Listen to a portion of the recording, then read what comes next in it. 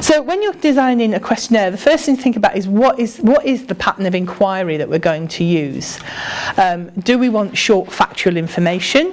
What town were you born in? What age range are you in? Do we want some sort of attitude analysis? And we tend to see this a lot, and it interests me, and I'd be interested to know what you think, guys. I was always taught that if I'm doing a questionnaire that's about something that's a bit sensitive, you keep the questions very general. So not I would be extremely comfortable helping a patient to end their own life, but the role of the nurse in some circumstances is to help the patient end their own life, because one of them is a more objective consideration of a wider situation, and the other one is basically asking what you would do in that situation. So I'm always very careful to sort of objectify, third-partify things like that.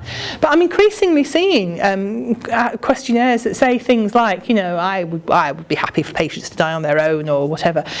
And I think, I'm not sure I would be comfortable nailing my attitude to such a personal statement. Sample size, oh, here we go again.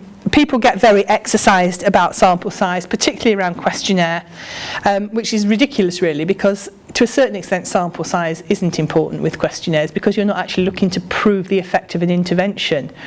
However, sample size is important, so if you're only talking to 2 or 3 people, well, that's not really a questionnaire, that's more like a conversation. And the great thing about questionnaires is you can get them out to more than a small group of people, so you need a reasonable sample, and if you're going to go down this route for a thesis, a sample that you can justify.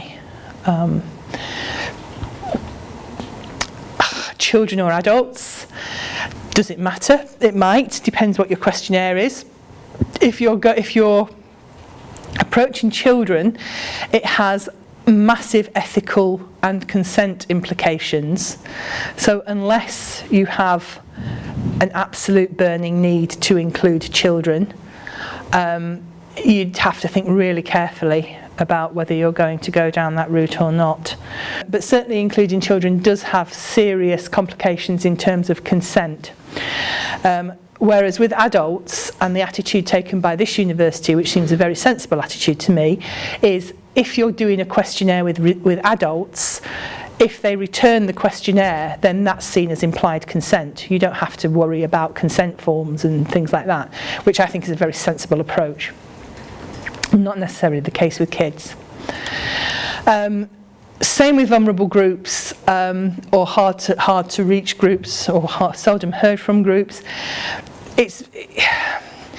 Nobody wants to consciously make their research harder than it needs to be, but how valid is research that disregards sections of society?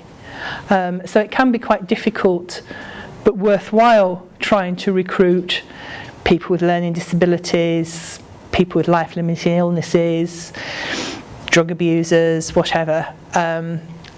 And we were doing, it wasn't a questionnaire, it was a focus group.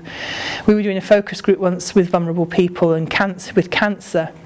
And we were finding it very difficult to recruit. But in the end, we recruited through a patient organisation in Manchester.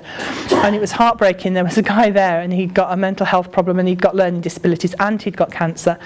And he said, I've never been asked to take part in any research. Why is that? And then he just answered his own question and went, it's because I've got a learning disability, isn't it? And you think, God, it's heartbreaking. And the data he gave us was fantastic. It was really, really good. So although I've sort of said, ooh, be careful with kids, I would strongly recommend if vulnerable groups are appropriate and you want their input, it's well worth making the effort to try and include them.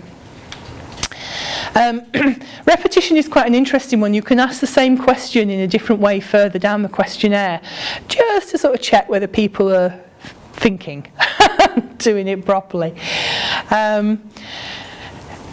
Anonymity. Questionnaires are easy to make anonymous. If they're online, they're pretty anonymous. I mean, okay, you could probably check someone's IP address, but I'm not sure anybody in the room would want to go to that length. They don't necessarily have to put their name on them or their address on them, so it's easy to keep the data anonymous.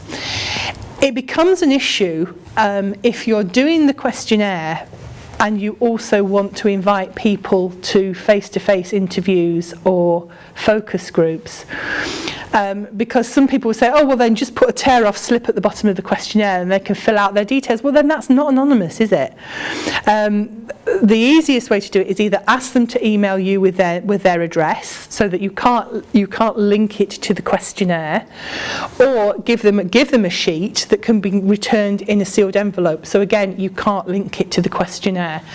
Because very often, if you're using questionnaires to inform focus groups or interviews, it's all of the data that you need to look at, not just an individual's, because all of the data will give you indications and clues about where you might want to go with your interview.